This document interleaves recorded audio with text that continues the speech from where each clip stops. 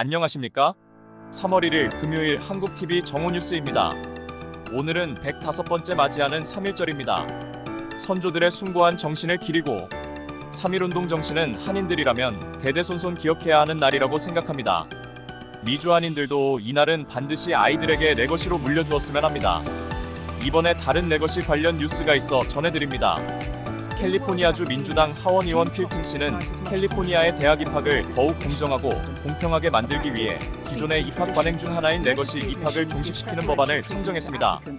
캘리포니아 민주당 하원 의원인 필팅 씨에 의해 추진되는 AB 1780 법안은 대학 입학 절차에서 인종 고려를 금지한 2023년 미국 대법원의 판결과 27년이 넘는 캘리포니아의 차별 철폐 조치 금지 조치에 이어서 캘리포니아의 사립대학이 특정 지원자에게 우대를 제공하는 경우 캘 그랜트 프로그램을 통해 주 자금 지원을 받지 못하게 하는 법안입니다.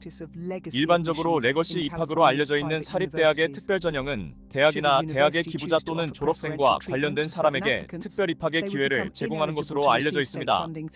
이 법안은 모든 학생들에게 학교에 지원할 때 더 공평한 기회를 제공하여 공정한 입학 경쟁을 보장하는 것을 목표로 한다고 주장합니다. 레거시 제도를 운영하는 대학들은 동문들이 더 많은 도네이션을 한다는 주장을 내세우고 있습니다. 그러나 레거시 비판론자들은 이 제도가 동문들로 하여금 학교에 기부하도록 만든다는 확실한 증거는 없다고 말하고 있습니다.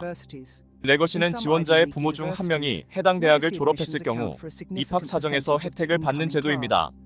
레거시 제도는 계층 간 양극화를 더욱 고착화시키는 주범으로 지목받고 있습니다.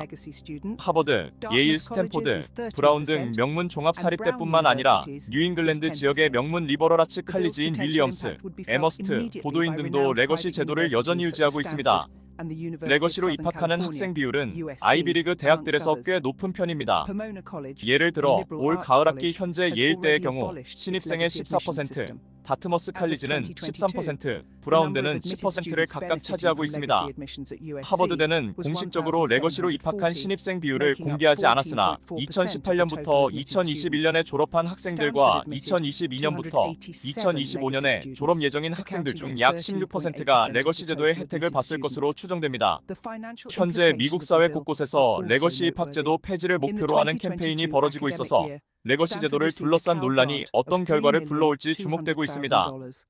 이 법안이 가주 하원을 통과할 경우 대표적인 사립 명문 스탠포드와 USC, 산타 클라라 유니버시티가 당장 영향을 받게 될 것이라고 LA 타임즈가 보도했습니다.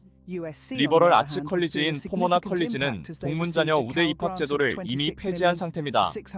USC의 경우 지난 2022년도 기준으로 레거시 어드미션 혜택을 입은 합격자가 1,740명으로 전체 합격자 중에서는 14.4%를 차지합니다. 스탠포드의 경우 지난 2022학년 기준으로 레거시 어드미션 혜택을 입은 합격자는 287명으로 전체 합격자의 13.8%를 차지합니다. 지난 2022학년도에 스탠포드 대학이 주정부로부터 받은 캘 그랜트 수혜액은 $320만, 스탠포드 대학에서 학생들에게 제공한 파이낸셜 에이드는 $2억 6,300만 달러에 달합니다. 스탠포드 대학의 경우 주정부로부터 받는 캘 그랜트 지원금 규모가 작기 때문에 지원금이 중단돼도 사실상 영향은 미미합니다. 하지만 USC는 캘 그랜트 기금이 중단될 경우 타격이 상당할 것으로 나타났습니다. 지난 2022학년도에 USC가 주정부로부터 받은 캘 그랜트 지원금은 $2,660만 달러로 캘 그랜트 지원금에 의존하는 비중이 크기 때문입니다. 레거시 전형 문제의 바닥에는 인종차별과 계층 간 갈등이 자리를 잡고 있습니다. 레거시 전형 반대를 주장하는 측은 레거시 전형은 부유한 백인들을 위한 정책이라 주장하고 찬성하는 측은 레거시 전형을 통한 동문들의 기부금이 사립학교 재정의 많은 부분을 차지하고 이것으로 학생들에게 파이낸셜 에이드를 제공한다고 주장합니다. 하버드, 예일, 스탠포드 등의 명문 사학들이 받는 기부금의 규모는 상상을 초월하고 있는 것도 사실입니다. AB 1780 법안의 통과 여부에 주목이 집중되는 이유는 과연 이 법안의 통과가 대학과 학생에게 유익한 것인지 아닌지에 대한 논의가 충분히 이루어지지 않았다는 점입니다. 사립대학의 입학 전형까지 주정부가 관여해야 하는 것인지에 대한 논란도 있으며 가주에서 거세게 부는 PC의 또 다른 케이스가 아닌지 우려의 여론도 있습니다. 이상 한국TV 마칩니다. 방금 들어온 속보 전해드리고 한국TV 마치겠습니다. 개빈 뉴섬 주지사가 유명 베이커리 파네라를 시급 $20 적용 대상에서 뺐다가 구설수에 올랐다고 합니다. 지인이 운영하는 파네라 브레드 체인의 관련 규정을 면제해줬다는 의혹으로 도마에 오른 개빈 유섬주 지사가 오늘 파네라 브레드에 면제 규정이 적용되지 않을 것이라며 뒷수습에 나섰습니다. 주지사가 공사 구분이 힘든 것인지 단순한 실수인지 모르겠지만 실수가 계속되면 실수가 아니라는 사실을 알았으면 합니다.